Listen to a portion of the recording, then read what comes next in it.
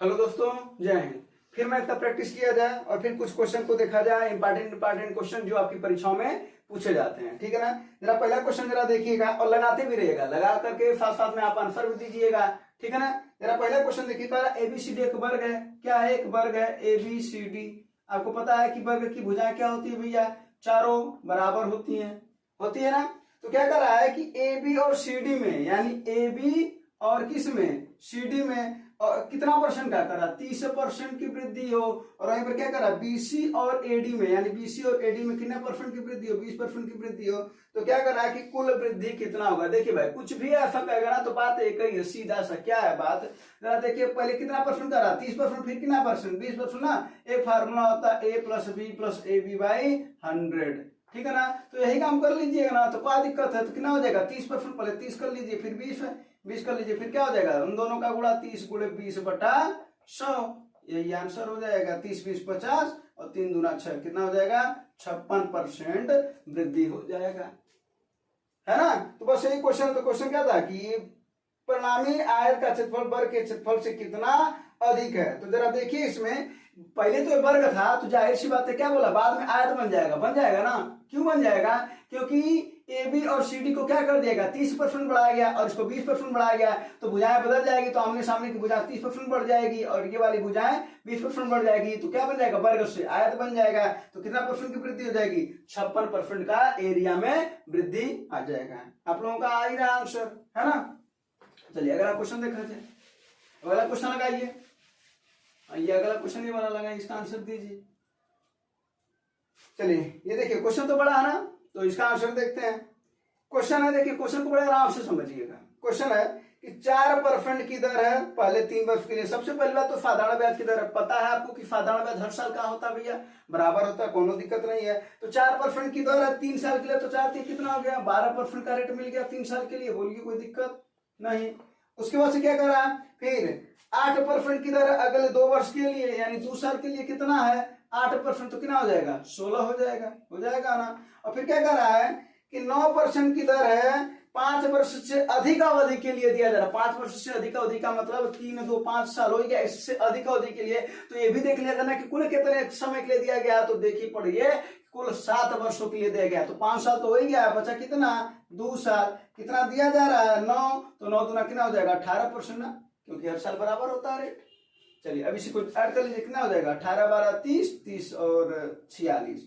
इसका मतलब है, ले दे करके कहा जाए तो 46% ब्याज मिल रहा है। कितने साल में? 3 2 5 2 7 साल में 46% का ब्याज मिल रहा है ना। चलिए 46% का ब्याज मिला। क्या कर रहा है? कितना मिला? 19,550 रुपया कह सकते हैं, और नहीं तो कह सकते हैं 46%। इसका मतलब है, बात सीधा सा है कि 46% कहीं कहीं 19,000 कितने के हो? 550 रुपए के बराबर है। पूछ रहा है तो बताओ उसने कितना रुपया उधार दिया था। तो जाहिर सी बात है 100% दिया होगा।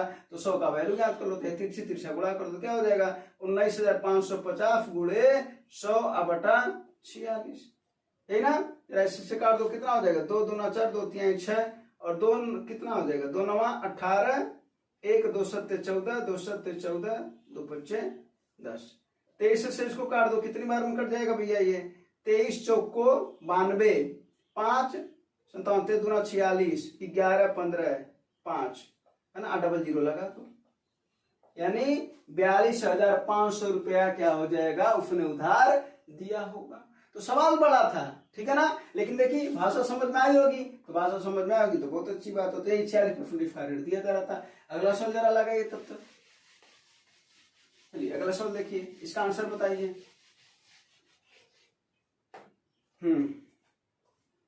तो अगला सवाल भी देखिए क्या करा। अच्छा सवाल है, आने वाला सवाल है, ठीक ना। और ये परीक्षाओं में आता भी है, एसएससी की परीक्षाओं तो बार बार क्वेश्चन पूछा जाता है। जरा देखिए क्वेश्चन को हम लोग समझने की कोशिश करेंगे। क्वेश्चन क्या करा? 20% के लाभ पर कोई वस्तु बेचा जाता है। इसका मतलब है यहाँ पर लिख देते हैं क्रय और यहाँ पर लिख देते हैं भैया विक्रय, है ना। क्रय जगह विक्रय। क्या बोला? 20% के लाभ पर बेचा जाता है। आंसर बताते रहिए आप लोग। अगर किसी को आएगा तो आंसर बताइए, नहीं आ रहा तो सवाल को देखिए, ठीक है। तो क्रय मूल्य अगर मान लेते हैं 100 है भैया, तो विक्रय मूल्य 20% लाभ पर ना, तो इसका मतलब कितना हो जाएगा? वो 120। जाहिर सी बात है 20% लाभ तो 120। क्या बोला कि 60% कम में खरीदा गया होता, माने क्रय मूल्य 60% कम है, यानी फौ था 60 कम हो जाएगा, यानी कितना हो जाएगा भैया 40 ना हो जाएगा, 40 ना हो जाएगा। तो क्या करा, तो 90 रुपए कम पर बेचता तो 50 का लाभ होता। 50 का लाभ किस पर होता, तो आपको पता है कि लाभ यहाँ हमेशा क्रय मूल्य पर होता है। तो 40 है ना, तो 40 पर सबसे पहले हमको 50 लाभ चाहिए, तो वो तो निकालना है 150 बटा 100, 50 तिहाई 150, 50 दूना 100, 20 बार में कट जाएगा, यानी कितना आ गया भैया 60। ही ना आया, कोनो दिक्कत यहाँ तक नहीं है। अब क्या बोला है, 90 रुपए कम पर बेचता, बेचता कम या अधिक की बात करेगा तो साफ साफ मतलब है कि वो अंतर दे रखा है, किसका, बेचता यानी विक्रय मूल्यों का अंतर दे रखा है। तो विक्रय मूल्य है कितना, पहले 120 और फिर यहाँ 60, इसका मतलब है कि कहीं कहीं 60 का वैल्यू किसके बराबर दे रखा है, 90 के बराबर। ये बातें समझ में आई। सवाल साफ साफ कह रहा है कि 90 रुपए कम में बेचता, 90 रुपए कम में बेचने का मतलब क्या हुआ कि विक्रय मूल्य का अंतर दे रखा है, कम या अधिक अंतर को ही रिप्रेजेंट करता है। तो भैया क्या हो जाएगा 60 बराबर 90। क्या पूछ रहा है, कर रहा है, मूल्य कितना होगा, क्रय मूल्य हमेशा होता है 100%, तो बस इसी की वैल्यू ज्ञात कर लेनी है, 100 गुणे 90 बटा 60, 30 दूना 60, 30 तिहाई 90, 50 बार में कट जाएगा, गुणा करेंगे कितना आ जाएगा भैया 150 रुपया आपका क्रय मूल्य, 150 रुपया क्रय मूल्य होगा। तो सवाल को समझ लेना है, इंपॉर्टेंट सवाल है, अच्छा सवाल है, ठीक है। चलते हैं अगले सवाल पर, अगला फल लगाइए, अगला फल देखिए। तो बस इस तरीके से प्रैक्टिस करिएगा। कहा जाता है ना कि मैथ में प्रैक्टिस बहुत ज्यादा जरूरी है, जरूरी नहीं बहुत ज्यादा जरूरी है, क्योंकि बाद में जब एग्जाम होता है तो एग्जाम में समय बचाता कौन है, तो आपको भी पता है कि मैथ ही बचाता है समय, ठीक है ना। अगर मान लेते हैं कि जीएस का क्वेश्चन अगर आपको 25 क्वेश्चन दे रखा हो, एसएससी की बात करते हैं, 25 क्वेश्चन अगर दे रखा हो, फिजिकल की बात कर रहे हैं, अगर 25 क्वेश्चन दे रखा हो तो 25 क्वेश्चन अगर आ रहा हो आपको, मान लेते हैं अगर आ रहा हो, मान लेते हैं मैथ भी 25 क्वेश्चन आपको आ रहा हो, ठीक है, तो उसमें कितना समय लगेगा, तो आपको लगेगा 8 से 10 मिनट, 8 भी मिनट ज्यादा है जीएस के लिए, लेकिन वहीं पर अगर आपको आएगा भी ना तो भी कम से कम 15 से 18 मिनट 20 मिनट तो कम से कम लगना ही लगना है आपका। इसका मतलब समय कौन बचाता है, मैथ। तो आप जितना ज्यादा प्रैक्टिस करेंगे मैथ में उतना ज्यादा आपके लिए फायदा रहेगा। कैलकुलेशन को भी सीखा करिए, कॉन्सेप्ट को भी सीखा करिए, तो जब प्रैक्टिस करा जाएगा तो आपको कॉन्सेप्ट भी बताया जाएगा और कभी कभी बताया जाएगा कि ऑप्शन को देख करके कैसे आप लगा सकते हैं, वो सब मेथड आपको बताया जाएगा। इस सवाल का आंसर आ गया होगा। सवाल का आंसर क्या है, देखिए इस सवाल को दो तरीके से लगाया जा सकता है, एक तो फार्मूला चलता है और एक ऐसे सोच करके, मान लेते हैं हमको फार्मूला अगर भूल गया तो हम सोच करके भी तो लगा सकते हैं ना। कैसे लगाएंगे जरा भैया देखिए, क्या कर रहा है, 5% का दर दिया जा रहा है, 2 साल के लिए, एक बार चक्रवृद्धि ब्याज एक बार साधारण ब्याज है। साधारण ब्याज पर आपको भी पता है, साधारण ब्याज पर आपको भी पता है कि क्या होता है, रेट बराबर होता है। तो 5% का 2 साल के लिए दिया जाएगा तो कितना परसेंट, कितना रेट हो जाएगा 10%, अरे एक साल 5% तो दूसरे के साल फिर 5%, 2 साल का मिलाकर के 10%। बोलो कोई दिक्कत होती नहीं है। चक्रवृद्धि ब्याज का क्या हो जाएगा, तो पता है ना कि ब्याज पर भी ब्याज मिलता है, तो इस पर क्या हो जाएगा 5 + 5 गुणे 5 बटा 100, ये वही फार्मूला जो भी अभी इसके पहले बोले हैं, है ना। तो इस पर लगता है 2 साल का, तो क्या हो जाएगा ये 5 × 5 = 10 और 5 × 5 = 25, 0.25 हो जाएगा ना, तो कितना हो जाएगा 10.25%। ये हो गया चक्रवृद्धि ब्याज, हो गया साधारण ब्याज। इसी का अंतर दे रखा है, तो 10% और 10.25% का अंतर साफ साफ दिख रहा है कि कितना है भैया, तो कहेंगे 10.25 है भैया, कितना है 10.25 है। तो 10.25% का रेट कितना, सॉरी अंतर कितना दे रखा है 41 रुपया।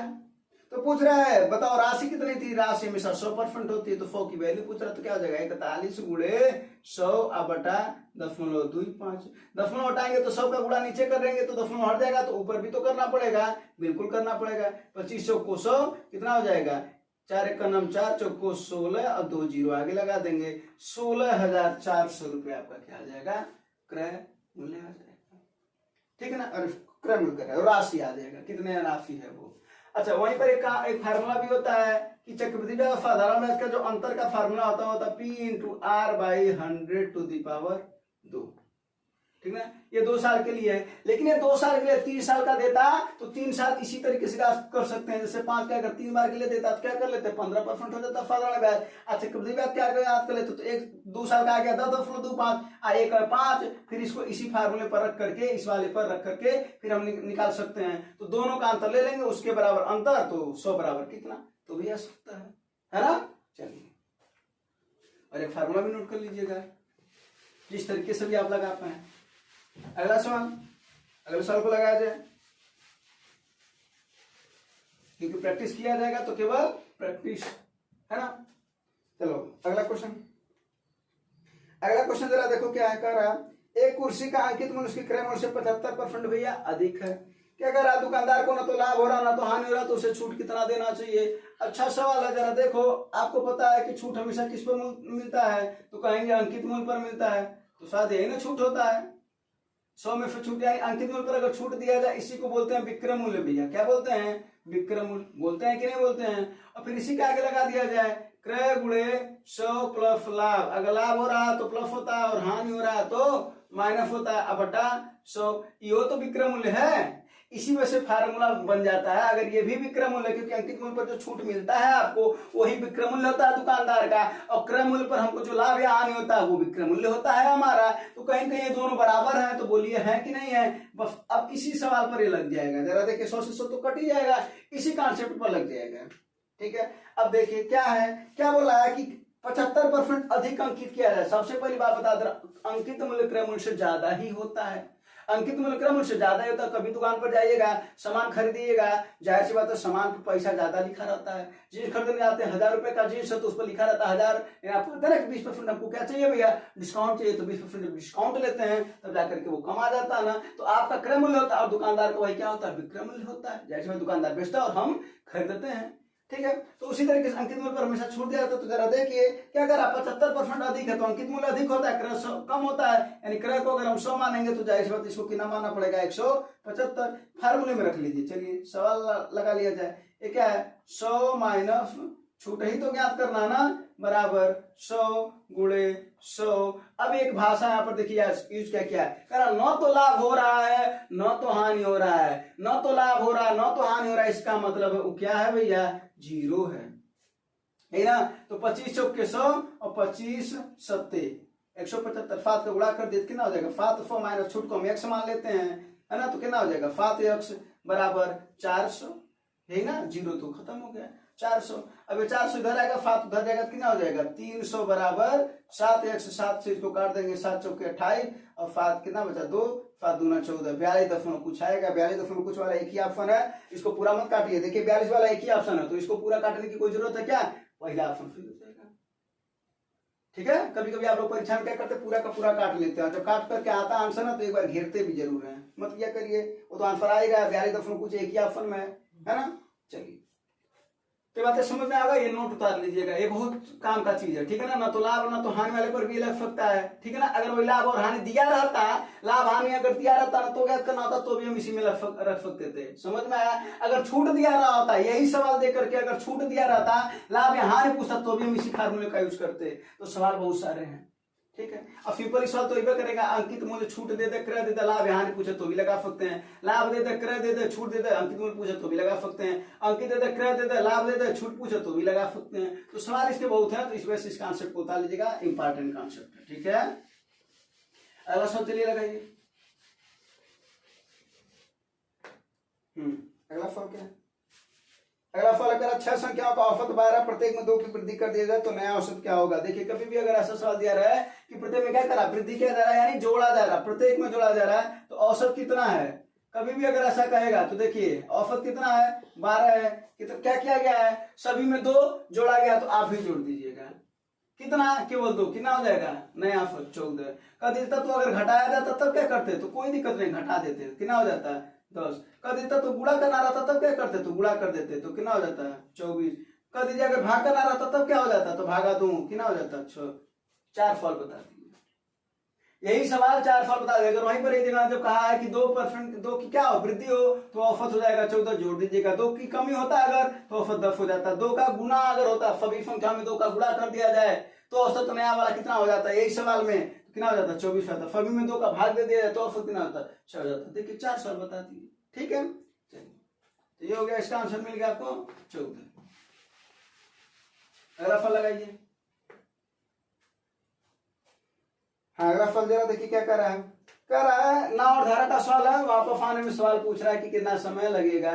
अब देखिए एक बात बता दे रहे हैं, अगर आप यहां से लेकर के यहां तक जा रहे हैं, ए से लेकर के कहां तक जा रहा है भैया, बी तक। तो जाहिर सी बात अगर एक बार धारा की दिशा में जाएंगे तो एक बार जब इधर से आएंगे तो धारा की विपरीत दिशा में आएंगे, बोलिए आएंगे कि नहीं आएंगे। अगर नाव की चाल अगर x मान लेते हैं, नाव कितना मान लेते हैं, x मान लेते हैं, और धारा मान लेते हैं y, धारा मान लेते हैं y, तो जब साथ में जाएंगे, मान लेते हैं धारा की दिशा है तो साथ में जाएंगे तो x प्लस y होगा, और जब विपरीत में आएंगे तो x माइनस y होगा, क्योंकि चाल घट जाता है विपरीत में चाल घट जाता है और समान में जुड़ जाता है। क्या पूछ रहा है, कुल समय बताओ, तो कुल समय मान लेते हैं t है। अब एक बात बताओ, यहाँ से जाने में लगा समय और प्लस यहाँ से आने में लगा समय, यही ना बात होगा। तो कुल समय यही होगा, यानी जाने में लगा समय, जाने में समय जो लग रहा है प्लस आने में जो लग रहा है, आने में समय। तो जाने में क्या समय, अब समय बराबर क्या होता है भैया, समय बराबर आपको हो गया ना कि दूरी बटा चाल होता है। तो दूरी अगर मान लेते हैं d है, तो जब इधर से d तो उधर से भी तो d ही ना होगा, क्या हो जाएगा d अब बटा चाल कितना हो जाएगा, तो धारा के पास जाएंगे तो x प्लस y ना चाल है, x प्लस y यही प्लस हो जाएगा, आने में क्या हो जाएगा, वही दूरी आएंगे, आने में क्या हो जा रहा है चाल x माइनस y, ये कुल समय के बराबर है। कॉन्सेप्ट मिल गया आपको, समझ में भी आया होगा कॉन्सेप्ट कहां से है। उसके बाद से आपको क्या करना है भैया, रखना है, क्या करना है, रखना। आइए रख लिया जाए। देखिए क्या कर रहा है, कुल समय बताओ, कुल समय हमको बताना है। दूरी कितना करा, 6 किलोमीटर, धारा के विपरीत जा रही है और आ रही है, यानी 6 जाएगी तो जाहिर सी बात 6 आएगी, तो 6 बटा क्या कर रहा है, नाव की चाल, यानी आदमी नाव की जगह पर यहाँ पर कौन तैर रहा है, आदमी तैर रहा है। तो आदमी की चाल कितनी है, दे रखा है 3 है और एक दे रखा है 2, यानी इसकी वैल्यू दे रखा है 3 और इसकी वैल्यू दे रखा है 2। और एक चीज हमेशा ध्यान दीजिएगा कि नाव की चाल धारा से हमेशा अधिक होती है, हमेशा अधिक होती है, ठीक है।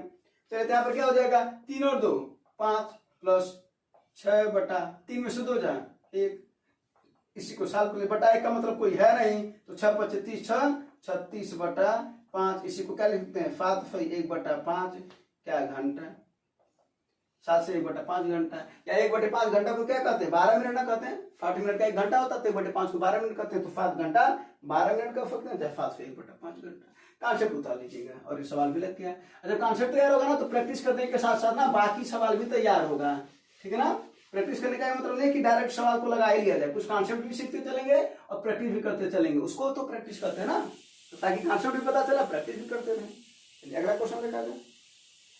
अगला क्वेश्चन क्या करा, कोई एक दुकानदार किस अनुपात में 12 किलोग्राम वाली चीनी को साथ में मिला रहा है तो 8 बन जाए। अगर कभी भी 2 को मिलाए और तीसरा अगर बन रहा है तो उसको लगाते हैं एलिगेशन मेथड से। तो एक कितना है, पहले है वो है 12, दूसरा कितना है 7, इसको मिलाया कितना जा रहा 8, इस तरीके से लिख देते हैं, ठीक ना। इसका आंसर तो आपको पता होगा, आंसर आ भी गया होगा। एक 12 एक 7 है, जब मिला रहे तो उसको 8, यही ना हो रहा, 8 से हमको बेचना है, तो बस इसका अंतर ले लीजिए, 7 और 8 का अंतर 1, 12 और 8 का अंतर 4, यही हो जाएगा। पूछ रहा किस अनुपात में मिलाया जाए, 1:4 के अनुपात में मिलाया जाए, यही आपका आंसर, ठीक है। चलिए अगला सवाल,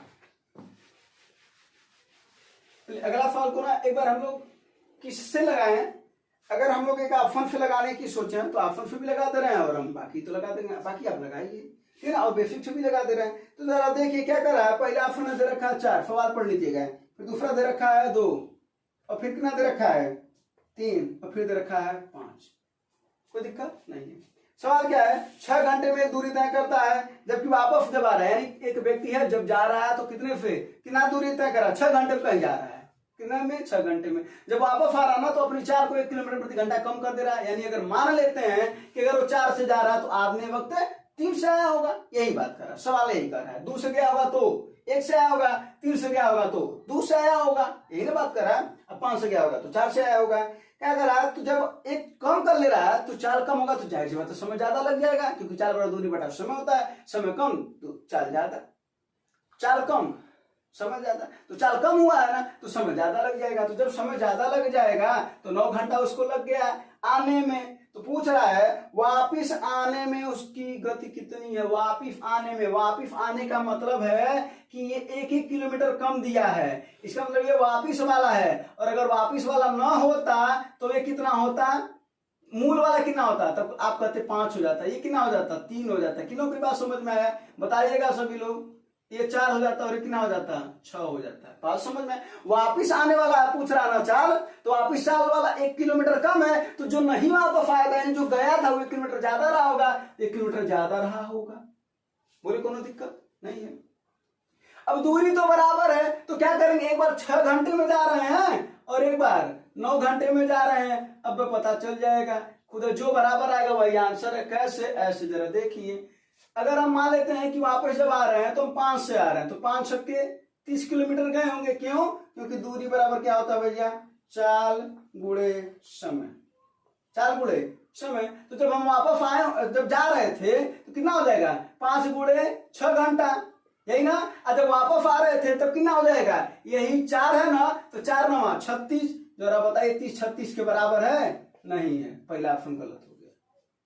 नहीं समझ तो दूसरा ऑप्शन जरा देखिए, अगर 3 रहता तो 3 छक्के 18, मूल भैया 3 है ना उसका, अरे सॉरी 4 3 है ना मूल वाला, कितने घंटे में आ रहा, 6 घंटे में, तो 3 छक्के 18 किलोमीटर गया होगा। जब इसका एक कम हो गया तो 2 हो गया, तब उसे 9 घंटे लग रहा, तो 2 9 18, 18 18 के बराबर आ गया, इसका मतलब है 2 वाला सही है। फिर अगला वाला को देख लेते, बराबर आ रहा कि नहीं आ रहा, 4 है मूल वाला, तो 4 छक्के 24 किलोमीटर गया, 4 छक्के 24 किलोमीटर गया, और अगर वो बाद में 1 किलोमीटर कम कर लिया तो 3 हो गया, तो 3 9 27, कहां बराबर है, यानी ये भी गलत है। उसी तरीके से जरा देखिए, 6 घंटे क्या है ये, अरे सॉरी 6 किलोमीटर मूल वाला है, तो 6 छक्के 36 किलोमीटर गया होगा, और वही जब एक कम कर लिया तो 5 हो गया 40 का, तो 5 9 45, कहां 45 इसके बराबर है, इसका मतलब भी नहीं है। तो बात समझ में, आप फंक्शन कैसे लगाएंगे ये क्लियर हो गया। अगर वो बेसिक मेथड लगाने रहता है तो आपको पता है कि दूरी क्या है, बराबर है, दोनों की दूरी क्या है, बराबर है, तो दूरी बराबर है तो 4 गुणे समय, तो पहले 4 अगर मान लेते हैं 1 से लग रहा है तो इसका समय कितना है, 6 घंटा है। यही किसके बराबर है, जब 4 कम कर दिया जा रहा है, 1 किलोमीटर कम कर दिया जा रहा है, पहले 1 से था तो अब 1 कम कर दिया गया, तब कितना उसे लग रहा है, 9 घंटे। बस इसी को सॉल्व कर लेना, 3 3 9, 3 2 6, कितना हो जाएगा, 2x बराबर 3x माइनस 3, तो 3 इधर चला जाएगा, 2x उधर चला जाएगा, तो x बराबर 3, और x क्या है, मूल है भैया, ये मूल है, तो मूल वाला आया 3, और क्या पूछ रहा, वापिस आने वाला, तो 1 कम कर दो तो कितना हो जाएगा 2, यानी इसका आंसर होगा 2। क्लियर था ना, 3 मत मार देना, ठीक है ना, वरना गलती हो जाएगा। चलो वापस वाला पूछ रहा, मूल वाला पूछता तो 3 होता, तब ये वाला होता। चलो तो ऑप्शन से भी लगाने को सीखो, कोई जरूरी है कि कॉन्सेप्ट, अगर कभी कभी क्या होता है ना, कॉन्सेप्ट अगर पता है तो सवाल तो लग ही जाते हैं, लेकिन कभी कभी कॉन्सेप्ट मान लेते हैं कि अगर कुछ भूल रहा हो एग्जैक्ट में, तो कुछ चीजें तो अपने से सोच करके, जो एक अपना जो कॉन्सेप्ट हो भी तो लगाया जा सकता है ना, तो उसको भी लगाइए सोच करके सवाल, ठीक है। चलिए अगला सवाल है, 150 मीटर लंबी एक रेलगाड़ी 1 मील के पत्थर को 15 सेकंड में पार करती है। कभी भी अगर कोई पत्थर पार कर रहा हो, पोल पार कर रहा हो, व्यक्ति को पार कर रहा हो जो रुका हुआ हो, तो चाल बराबर सीधा सीधा हो जाता है। आपको पता ना चाल बराबर क्या होता है, दूरी बटा समय होता है। क्या होता है, दूरी बटा समय होता है। और किसको पार कर रहा हो, जब किसी पत्थर को पार कर रहा हो, व्यक्ति को पार कर रहा हो, तो उसकी लंबाई नहीं ली जाती है, तो सीधा सीधा ट्रेन की लंबाई ले ली जाती है। ट्रेन का लंबाई कितना है, 150 मीटर, समय कितना है 15 सेकंड, काट देंगे तो कितना आ जाएगा 10 मीटर पर सेकंड, यानी इसकी चाल कितनी हो जाएगी 10 मीटर पर सेकंड इसकी चाल हो जाएगी, ठीक ना, पहली ट्रेन की। अब क्या हुआ है, अब क्या रहा है, विपरीत दिशा से चले उसी लंबाई की एक अन्य ट्रेन आ जाती है, लंबाई वही यानी 150 मीटर की एक और ट्रेन आ रही है, विपरीत दिशा से आ रही है। तो आपको पता है जब विपरीत दिशा में आएगी तो समय कम लगेगा, विपरीत में आएंगे तो समय जल्दी मिलेंगे ना, वो जब समय कम लगेगा तो चाल ज्यादा हो जाएगी, यानी वहां पर जोड़ दिया जाता है। तो अगर मान लेते हैं पहले चाल तो पता चल गया 10 है, दूसरे की 100 है, तो दोनों को जोड़ लिए ना, और मीटर पर सेकंड में भी चल रहा है, ठीक है, इस बात का ध्यान देना। और अब क्या कर रहा है, अब किसको पार करेगा, ट्रेन को पार करेगा, तो 2 लंबाई हो जाएगी ना, ये 2 लंबाई हो जाएगी ना, तो दोनों लंबाई जब यहाँ पर पार करेंगे तो दोनों क्या हो जाएगी, ऐड हो जाएंगी, जुड़ जाएंगी। तो 150 और 150 कितना 300, और वही कितने देर में पार कर रहा है, 12 सेकंड, 12 सेकंड में बस। 3 चौक को 12 और 100 बार में, और 1 से बाद 25 से कट जाएगा, तो 100 बराबर कितना आ जाएगा भैया, 10 उधर चला जाएगा, तो 15 मीटर पर सेकेंड, और इसी को किलोमीटर प्रति घंटा में बदलना, तो 18/5 कर देंगे, 5 3 15, 18 3 54 किलोमीटर प्रति घंटा, 54 किलोमीटर प्रति घंटा, बस आंसर आपका भी आया है। अगला सवाल लगाइए, काम समय का सवाल है, सवाल लगाइए, इसका आंसर दीजिए। करा ए और बी 30 दिनों में काम करते हैं, कितने दिनों में, ए और बी 30 दिनों में, तो एक दिन में कितना काम कर रहे हैं, अगर निकाल लिया जाए एक दिन में कितना काम कर रहे हैं, तो कहोगे ना 1/30 काम, जाहिर सी बात है, 30 दिन में एक काम, तो एक दिन में 1/30 काम है ना। तो क्या करा, 20 दिन ये काम करते हैं ये, तो 20 दिन तक इनको काम करा दो, कितना हो जाएगा 20 गुणे 1/30 काम, यही ना, 0 0 कट के कितना आ गया, 2/3 काम हो चुका है। अब एक बात बताओ, अगर 3 में से 2 काम हो चुका है तो बचा हुआ काम कितना है, तो कहोगे ना 1/3 है। अरे भाई 3 में से 2 हो गया, 3 में से 2 हो गया तो कितना बचा, एक काम, कितने में से, 3 में से, तो 3 में से एक काम बचा हुआ है। इसी बचे हुए काम को कौन कर रहा है, ए कर रहा है, कितने दिनों में, 20 दिनों में, 20 दिनों में। जरा बताओ, तिहाई काम को 20 दिन में कर रहा है, तो ए अगर पूरा काम को करता तो कितने दिन में करता, तो इसका उल्टा गुणा कर देते, यानी 20 गुणे 3/1। और ऐसे भी समझने वाली बात है, तिहाई काम को 20 दिन में तो पूरे काम को 60 दिन में, तो 20 तिहाई 60, यानी ये आया बात कि 60 दिन में ए कर रहा है। अगर क्वेश्चन पूछता है ए कितने दिन में करता तो आंसर हो जाता 60 दिन, लेकिन क्वेश्चन पूछा बी कितने दिन में करेगा, तो कोनो दिक्कत नहीं है, दोनों का कितना है, 30 दिन है, दोनों का कितना है, 30 दिन है, यानी ए प्लस बी कितना दिन में कर रहा है, 30 दिन में, और ए अकेला कितने दिन में कर रहा है, 60 दिन में। इसका एलसीएम निकाल लेते हैं, और एलसीएम में उसका पूरा काम होता है, तो 30 और 60 का एलसीएम कितना हो जाएगा भैया, 60 हो जाएगा। क्षमता निकालेंगे, क्षमता बराबर क्या होता है, कार्य, कुल कार्य बटा समय, कितना हो जाएगा, 2। फिर क्षमता निकाल लेंगे, इसका एक आ, यहाँ पर दोनों की क्षमता है 2, तो 60/60 कितना आ जाएगा, 1। तो दोनों के मिलाकर की क्षमता कितनी है, 2 है, और इसकी अकेले की कितनी, 1 है। पूछा बी कितने दिन में करेगा, किस काम को, उसी काम को, 60 को, और दोनों की क्षमता 2 है, और इसके पास अकेले 1 है, तो बी की कितना बच रहा है, तो कहोगे ना 1 बच रहा है, तो कितना आ जाएगा, 60 दिन में। ठीक है, इसका आंसर होगा 60 दिन। क्लियर, तो दोनों लोग 60 दिन में कर रहा है। वैसे भी क्षमताएं की बराबर है, जरा देखो दोनों का 2 है, इसका 1 है, तो जाहिर सी बात है बी का भी 1 है, क्षमताएं बराबर है तो समय भी बराबर लगेगा ना, क्षमताएं बराबर है तो समय बराबर लगेगा। अगला सवाल लगाओ, चलो अगला सवाल लगा करके आंसर बता देना। और ऐसे सवाल तो देखो आप लोग क्या करते हो ना, एलसीएम लेते हो फिर उसके बाद फिर करते हो, ऐसा कुछ नहीं करना चाहिए। देखो जैसे 15 है, 15 में 3 और 5 का गुणनखंड है, जाहिर सी बात है कोई 3 से कटेगा, कोई 5 से कटेगा। 3 की व्याख्या का नियम क्या कहता है, सभी अंकों को जोड़ दो, काट दो, जो कट जाएगा वो 3 से कट जाएगा, यही ना। 5 से काट दो, यानी सबका 5 है, यानी सब 5 से कटेंगे, तो एक क्या है 7, 7 5 35, 35 ना, इन दो अंक से काट रहा, एक 3 से काट दो या 7 से काट दो, जो पूरा का पूरा कट रहा वही आंसर है। सबको जोड़ करके देख लो, जरा देखो, पहला ऑप्शन 9 9 18, हाँ ठीक है, 7 5 12, ये तो कट जाएगा 3 से, 9 9 18, 5 2 7 नहीं कटेगा, ये बी वाला ऑप्शन नहीं कटेगा। तीसरा वाला ऑप्शन जो है 9 8 17, 17 5 22 और 22 7 नहीं कटेगा, ये भी। चौथा वाला 9 8 17 2 19 5 24 से कट जाएगा, यानी पहला और तीसरा ऑप्शन क्या हो जा रहा है, 3 से कट जा रहा है। अब एक ही तो ऑप्शन बच रहा है 7, 7 से काट दो, जो कट जाएगा वही आंसर है, बता देना, ठीक ना। यही सब प्रैक्टिस था, यही सब आपको कराना था, फिर आपको मैथ का प्रैक्टिस और अगले सेशन में करा दिया जाएगा, और आप लोग अंतिम में जरूर बताएगा कि आपके कितने आंसर सही हुए, ठीक है ना। धन्यवाद, जय हिंद।